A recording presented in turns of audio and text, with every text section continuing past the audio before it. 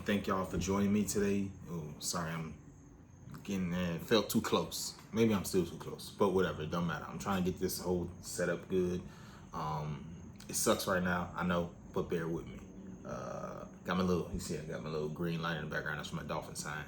Uh, I'm in my sunroom. Hopefully, you don't hear no background noise. But anyway, to the topic at hand. And I told y'all this was coming. Miami Dolphins, and I need to look at the camera. Look at the camera, Roy. I'm trying to get this down. Miami Dolphins, quarterback battle. Is there one? Is there not one? I'm here to answer that question for you today. So, let's just get straight to it. The answer to the question is there is no quarterback battle in Miami. I mean, if you want to look at things from a technical standpoint or whatever the case may be, there can always be a quarterback battle, you know. The number 2 guy always wants to come and surpass the number 1 guy at some point. Don't mean it's ever gonna happen. If there's a number 3 guy on the team, he always wants to get into the backup role. If you got a guy on the practice squad, his goal is to practice as hard as he can and get to the main roster. So in that aspect, sure, let's say there is one. But do we know who the starting quarterback is for Miami? Yes. Just as Buffalo knows there's a starting quarterback, just as New England knows who their starting quarterback is, just who the Chiefs, barring an injury, know who their starting quarterback is. Just how almost every. Because I think in Cleveland, that may be a quarterback battle. I still think they're going to go with Shador, but that's neither here nor there, different conversation, whatever the case may be. Either who. The easiest way to answer this question, and I mean so easy, and if anybody thinks about it just for a second, come on now, follow the money.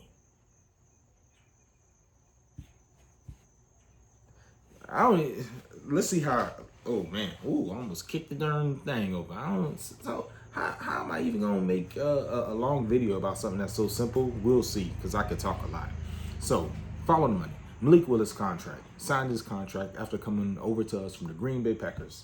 I'm pulling up on my little slow computer here, and you're gonna hear me talk about my slow computer all the time. I refuse to get a new one, although my wife keeps telling me, get a new computer. I'm gonna run this thing until it dies. That's what I do with every one of my computers. Especially the prices nowadays, y'all crazy, boy. So Malik Willis, Miami Dolphins starting quarterback, signed a 3-year, $67.5 million contract with the team in March 2026, following the release of Tua. Deal includes $45 million fully guaranteed with a $22 million signing bonus, $22.5 million signing bonus, and that's by Sporttrack.com. So, hear me out. Let's break this down real quick. Actually, no. Let me hit it from another angle. So, you got a guy on the team that's making $67.5 million over 3 years, 45 guaranteed, to be the starting quarterback for the Dolphins. Our potential backup quarterback, as the competition goes on right now, is Quinn Ewers. We drafted Quinn Ewers last year, correct? 7th round, I believe. 231st overall. Quinn Ewers is on a 4-year, $4.3 million contract. Yes. As a 7th rounder quarterback, his contract is a 4-year, 4.3. He's still making a lot more money than a lot of us. So ain't nothing wrong with that. But if you got a guy making $4.3 million and you brought in a guy to make $67.5 million, I think you know who your starting quarterback is.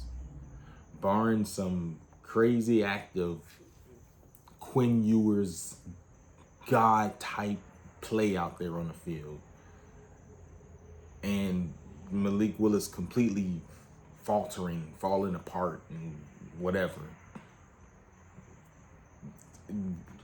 The odds against that are tremendous, and if you won that bet on the Quinn Ewers side, you would be set for the rest of your life. You might be the next trillionaire.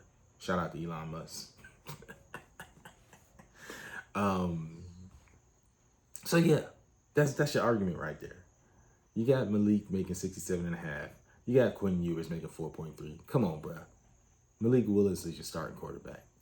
Nonetheless, and I'm not even breaking down the actual football yet, the actual play yet. Quentin Ewers had his few starts with us last year. It ain't look too bad, but there's a lot left to be desired. He's a rookie in his second year, so second year guy. We ain't really, he was a 7th round pick. We not really expecting that much from him. So what we got from him was A-okay, good. Malik, yes. Well, I need to do a whole video breaking down Malik Willis and how he came to where he is. But decent prospect out of high school, went to Auburn, sat behind a few people, transferred to Liberty, had Hugh Freeze as his coach at Liberty out there. I think they only had one loss that year, Liberty did. So they turned that program around on the legs of Malik, legs and arm of Malik Willis. All right. Goes get drafted by Tennessee, I think second round, third round, or did he get drafted in the first round? I don't even remember. When was Malik Willis drafted? Hold on one second. Let me get this right.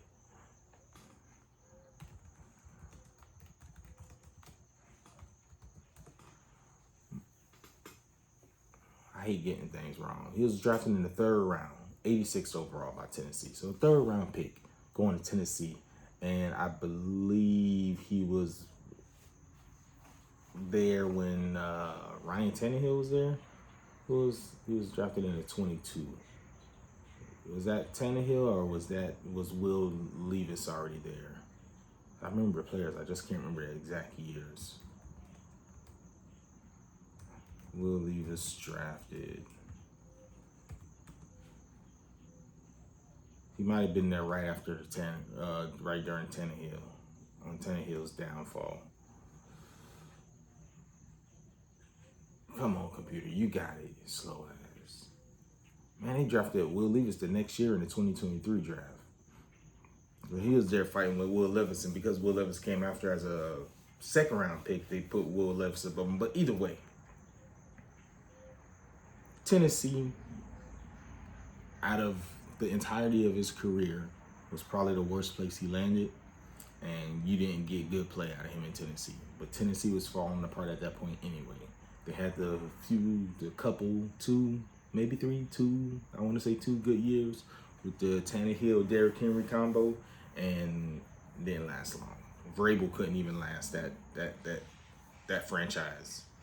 And I don't think it had much to do with Vrabel, because look at Vrabel now with New England. So, but anyway, so then he gets to Green Bay, and you know he's the backup because he's sitting behind Jordan Love, who is their starter. They groomed to be the starter since Rodgers was there. And with that being the case, they had Malik Willis there. I think he was coached properly. I think he was brought up properly. He got to sit behind somebody and watch that person play. And then when he got his chance to play, he looked damn good. So, yes, it was limited snaps, limited play. Yes, he's on a brand new team, different offense, different weapons. Couple of the same coaches, some of the same people in the front office. So I mean, you gotta give a guy a chance. Like, all these people doubting him or trying to put somebody else above him. Like, come on, y'all, chill out for a second. Let's get the man in some pads. Let's get the man in some real competition, and let's see what he gonna bring to the table. You cannot deny the fact that this man is dynamic in what he does or what he can do. And with that being the case, like, don't you want to see that? Ain't you a little excited about that as a Dolphins fan? When the last time we had a quarterback coming in that was a true dual threat quarterback? Heavy on the legs part, heavy on the running part. Like, I'm trying to think about it in my mind right now. And maybe Tannehill was the last guy, but he wasn't a real quarterback. I still never really quite believed in Tannehill, only because the man played wide receiver coming out of Texas A&M, and we threw him in a quarterback role. And I just don't think the fundamentals were ever there, truly. Even at his best, when he went to Tennessee, that was a Derrick Henry-led offense. Like, Tannehill was winning games with like 100 yards passing. So, yeah. Neither here nor there. I digress. So anyway, on top of all of this, we should be excited that we got this dynamic quarterback of Malik Willis, only on a 3-year deal, way less than our last quarterback. And even if you compare him to the quarterbacks now, 3 years, $67 million, 20-something million per year, 22.5 million per year, whatever the case may be. Like, that's nothing compared to what quarterbacks are getting nowadays. Like, you pull up a list of quarterbacks, what we got here? Like, top quarterback in the league. And obviously Malik Willis is not a top quarterback, but he ain't even nowhere near what these guys are making. Like, this is a good position to be in. To have a starting quarterback that has some upside, possibly. Maybe he's good, maybe he's bad. If he ends up being good, look at it from the money aspect. Yeah, we might have to give him an extension and raise his salary a little bit if he does really, really good. But he ain't gonna be doing no damn Dak Prescott, $60 million per year, $240 million total contract. Josh Allen, $55 million a year. Joe Burrow, $55 million a year. Trevor Lawrence, $55 million a year. Jordan Love, $55 million a year. Brock Purdy, 53. Jared Goff, 53. Justin Herbert, 52. Matthew Stafford, 52. Lamar Jackson, 52. Jalen Hurts, 51. Deshaun Jackson, 46. That one hurts. But they're almost done with that one, I believe. Patrick Mahomes, 45. Like, you see what I'm saying here? The only thing that looks better than a Malik contract right now are people on their rookie contract still. And so your Drake Mays, $10 million. Your Caleb Williams, $10 million a year. Jaden Daniels, $10 million a year. CJ Stroud, 11. Cam Ward, 11. Bryce, 12. You know? And then the one offers, Jackson Dart, which I'm not a believer in Jackson Dart. Yeah, he's exciting and entertaining. You can't lie. Those concussions are scary as hell. Like, that's some Tua-esque injury prone stuff there with those concussions. And if this man can't learn not to damn think he's Jerome Bettis running through a hole, come on. And then Tyler Show, that was a good one because they're only paying the Saints a $2.5 million cap hit right now from Tyler Show, which if he remains their starting quarterback, I'm thinking they're going to have to give this man some sort of extension. But once again, those numbers alone, and then you go back to Malik, $22.5 million. We should be excited that that's all we paying, especially in our financial situation, especially trying to come off the back of releasing Tua, Tyreek, Jalen, the other Jalen, getting rid of him, Bradley Chubb, so many of these big contracts. Who I can't even think of anybody else off the top of my head right now. Of course, Teron Armstead, I believe, retired because of his injuries, but that was another big contract we had. And just on and on and on. Jalen Ramsey. I don't even remember how much we were paying Fitzpatrick. I don't think it was that much, but still, I'm pretty sure he was going to want more. But let's get this roster down to where it needs to be, and let's slowly build it back up, and get out of this dead cap hell that we're in right now. And I think Malik Willis is a great quarterback to test that water out with, to test the waters out with. You know what I mean?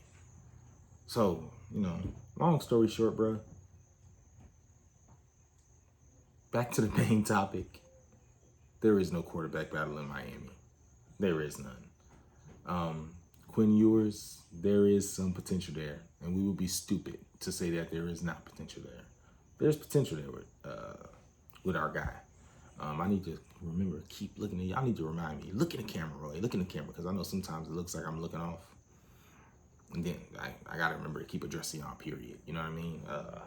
But yeah, that's my problem, not yours. So when I'm looking this way, though, I'm looking at the computer, okay? I'm just getting some information to keep me going.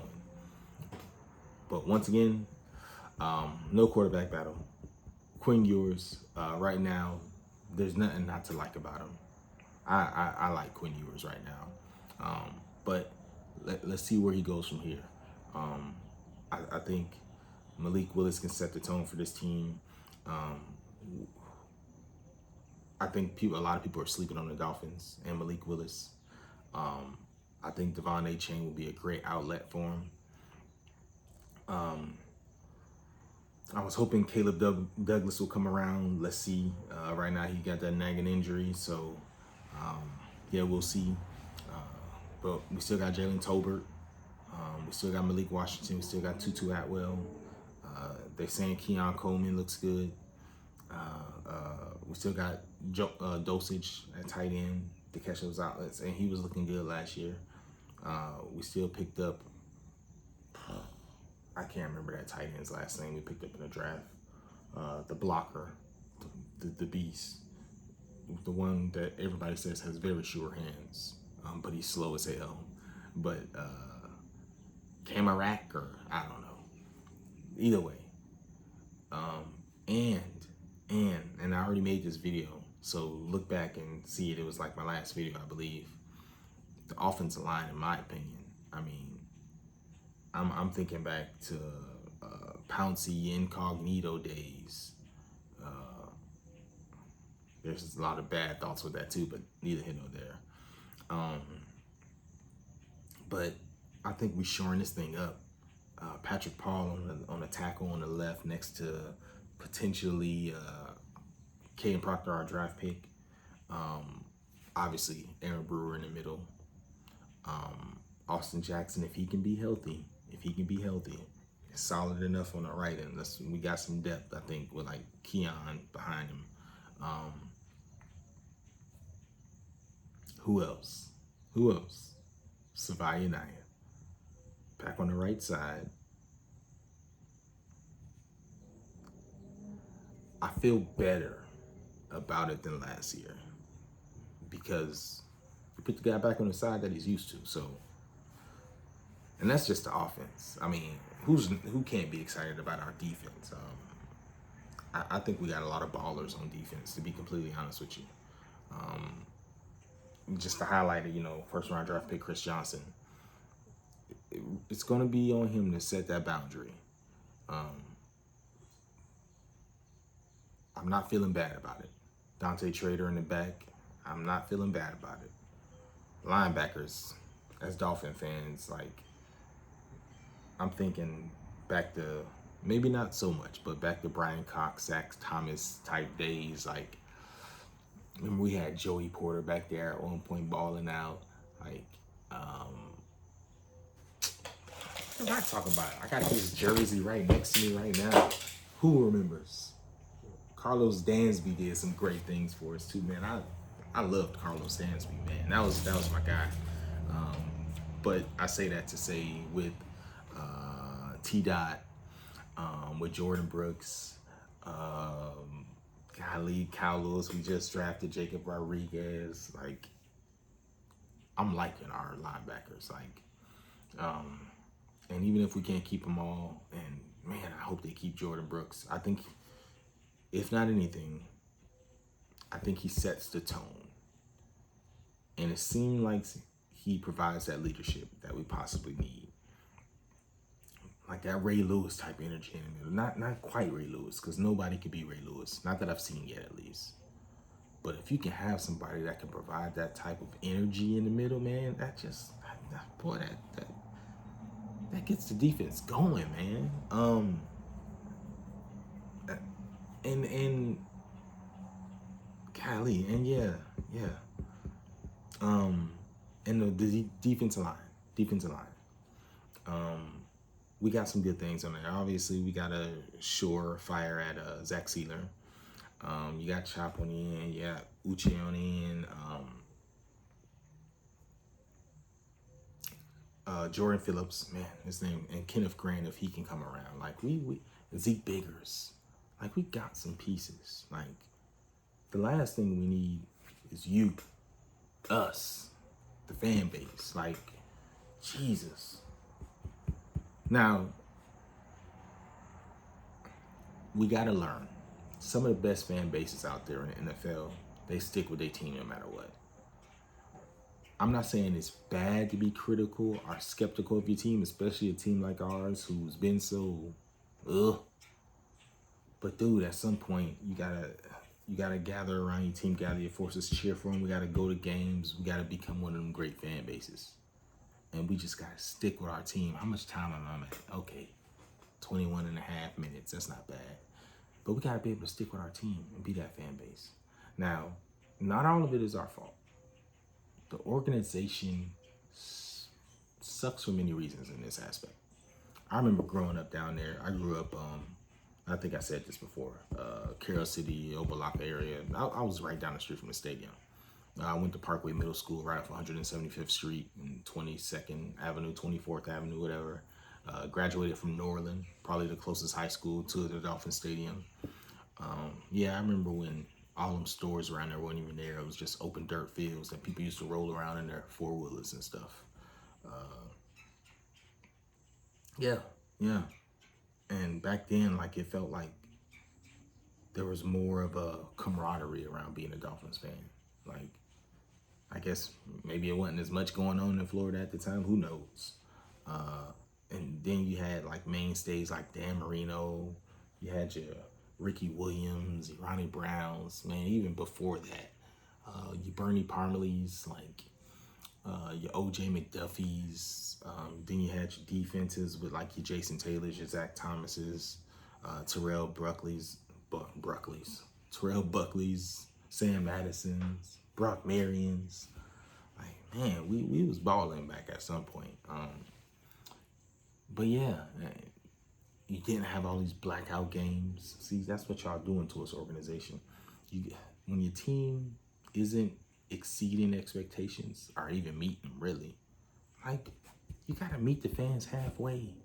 Like, cut these ticket prices down so you can fill these seats with booties, Dolphin booties, not the other fan booties, because we got way too many of those in the seats. You know, you still gonna make your money off concessions.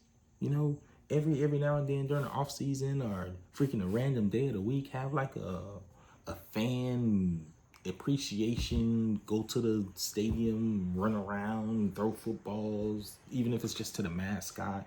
Like, you gotta build. You gotta, I know Mr. Ross, I know you got so much going on.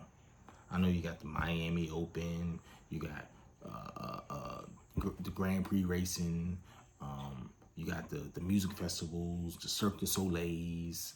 Like, I know you got all this stuff going on. I know you got money. I know you got businesses. I know you got rental properties and real estate and high rises. But dog, come on, please look at me. Look at me. Dude, if you get this fan base bumping, this is gonna be by far the best thing. This is gonna be all you need. You still don't have more, but this is all you gonna need. I'm telling you. All right, I think I'm done. So, no quarterback battle. Stephen Ross, get your stuff together. Miami Dolphins be coming. It ain't gonna be no 2, 3, 4 win season. Stop playing with us. Come on, Vegas. Don't play with us like that. Malik Willis, let's go, brother. Let's go. Savai Naya, let's go. Quinn Ewers, get ready. 6 years at best. But hey, you'll be experienced then. You'll be ready to go then. You build up the muscles in that arm, get some zip on that ball. Yeah, man. So, thank y'all for watching. This is Roy. Pigskin Afflictions, Miami. And I hope y'all enjoy it. I'll be back with another one soon. And hopefully I'll do this more often, get a little bit more consistent, and we can build a real fan base that I think Miami deserves and wants. Y'all have a good one. Peace.